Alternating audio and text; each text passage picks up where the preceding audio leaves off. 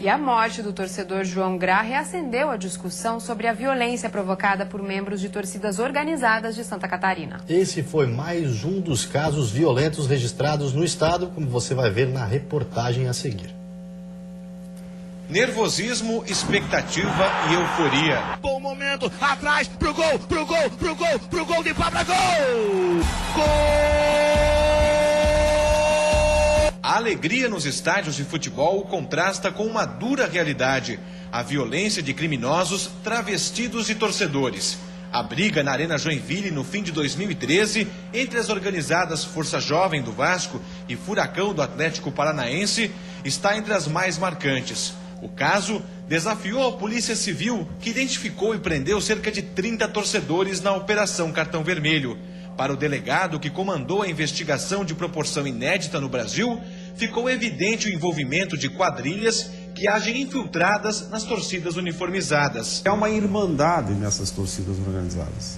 A torcida organizada da agremiação de um determinado estado, ela é irmã, ou ela se comunica com a torcida organizada de um outro estado.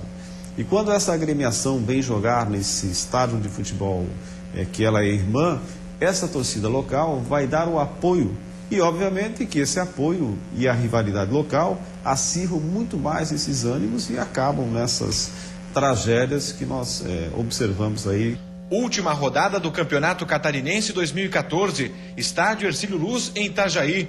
O Marcílio Dias perdia para o Atlético de Ibirama quando uma confusão vinda das arquibancadas terminou com o presidente da Federação Catarinense, Delfim de Pádua Peixoto Filho, agredido com um soco. Esses não foram episódios isolados. Santa Catarina acumula um histórico recente de violência que envolve torcidas organizadas. O risco nem sempre se revela aqui dentro do estádio. É na saída para voltar para casa que pode estar o perigo. Foi o que aconteceu com João Grá. O torcedor do Avaí foi morto em uma emboscada armada para atingir o micro-ônibus que levava os havaianos após o jogo contra o Paraná Clube. Uma das pedras arremessadas do viaduto atingiu a cabeça da vítima.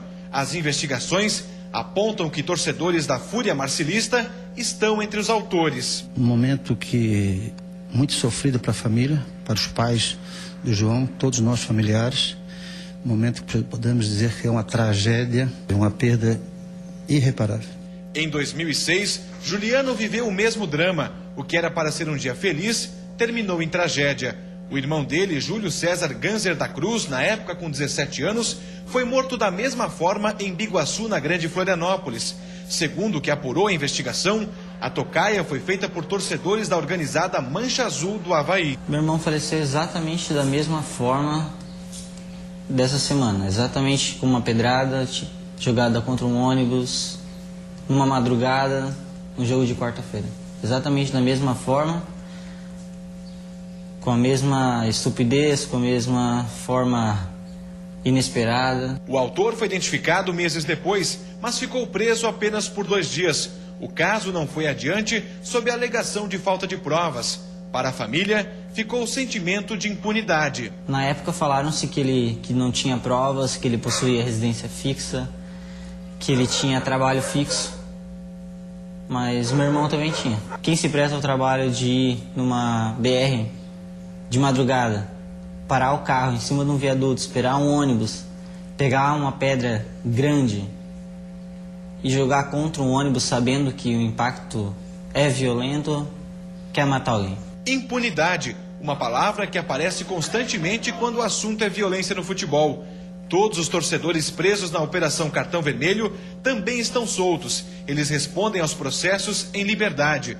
O delegado acredita que uma virada é possível com um aumento no rigor aos brigões, controle no acesso aos estádios e investimento em vigilância eletrônica. O que existe é uma necessidade de atualizar essa legislação, que eu digo é que essa legislação fosse muito mais rigorosa na questão da punição e que esses indivíduos que se envolveram, que se envolvem nessas práticas delituosas fossem definitivamente banidas dessas praças esportivas. O excesso de rivalidade entre torcedores que ultrapassa os limites está na contramão da evolução do futebol catarinense. Campo de futebol, estádio de futebol é lugar de torcedor e não de marginal.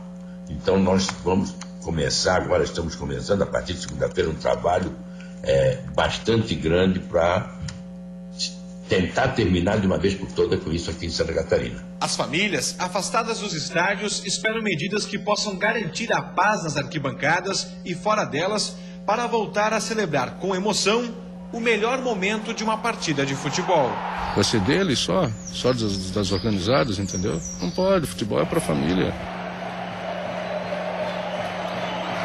E você fica agora com o Jornal da Band. Nós encerramos com uma homenagem mostrando como deve ser o verdadeiro futebol. Uma paixão movida pela alegria. A rivalidade sim pode existir, mas deve ser de maneira saudável. Um ótimo final de semana a todos e até segunda-feira. Um bom fim de semana para você. A gente volta na segunda.